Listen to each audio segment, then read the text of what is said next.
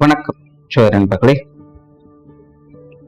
ஜோதிடத்தை பொறுத்த வரைக்கும் எந்த ஒரு கிரகமாக இருந்தாலும் ஆட்சி பெற்ற நிலையிலையோ அல்லது சுயசாரம் பெற்ற நிலையிலையோ சஞ்சாரம் செய்யும் பொழுது அந்த கிரகமானது பெரும்பாலும் பாசிட்டிவாகவே வேலை செய்யும்.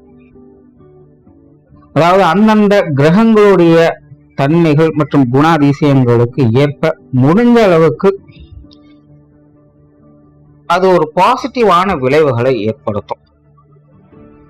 அந்த வகையில இப்போ முழு சுப கிரகம்னு சொல்லக்கூடிய குரு அடுத்த 8 மாத காலங்களுக்கு மிதுன ராசியில தன்னுடைய சொந்த நட்சத்திரமான புனர்பூச நட்சத்திரத்துல சஞ்சாரம் செய்துட்டு வருவாங்க.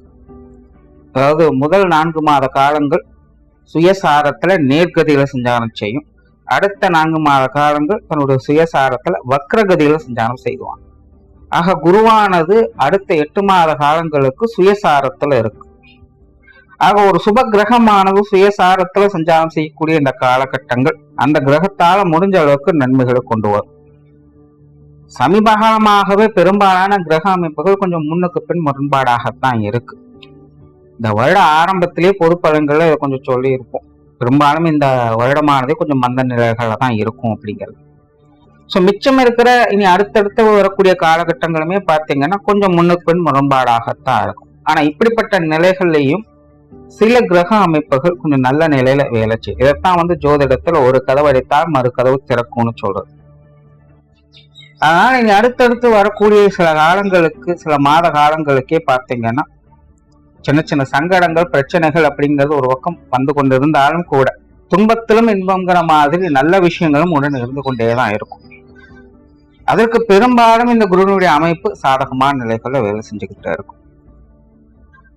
அப்படி இந்த குருவானது உங்களுடைய ராசி நிலைகளுக்கு ஏற்ப என்ன மாதிரியான சுப பலன்களை கொடுக்கும் அப்படிங்கிறத பத்தி தான் இந்த பதிவுல பார்க்க போறோம்.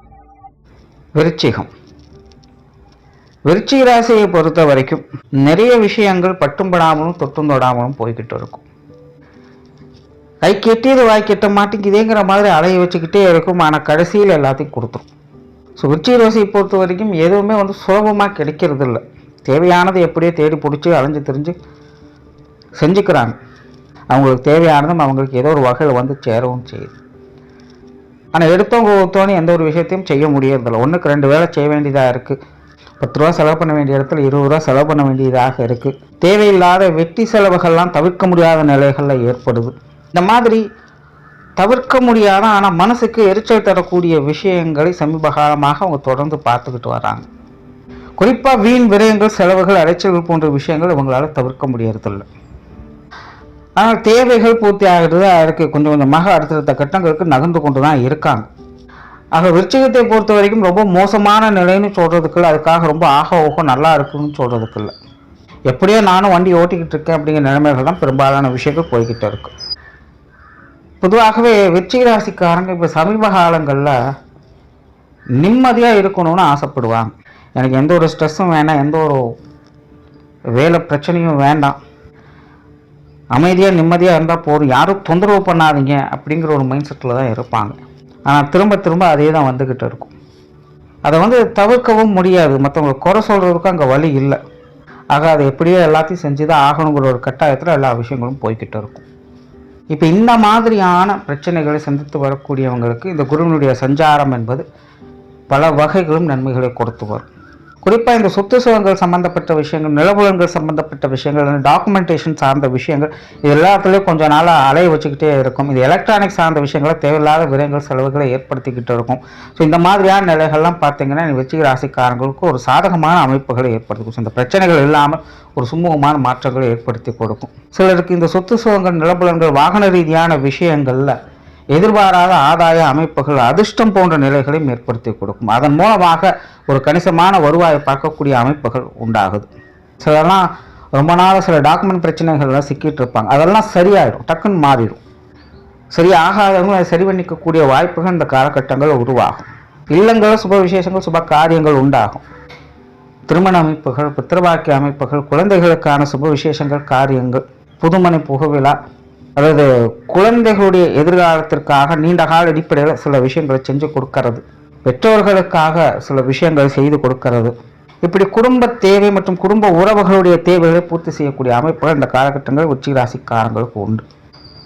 ஒரு சௌகரியமான வாழ்க்கைக்கு என்னெல்லாம் தேவையோ அதெல்லாம் செய்யறதுக்கான ஏற்பாடுகள் இந்த காலகட்டங்களில் நடக்கும். ரொம்ப பாசிட்டிவான நிலைகளில் இது செயல்படும் செய்யும்.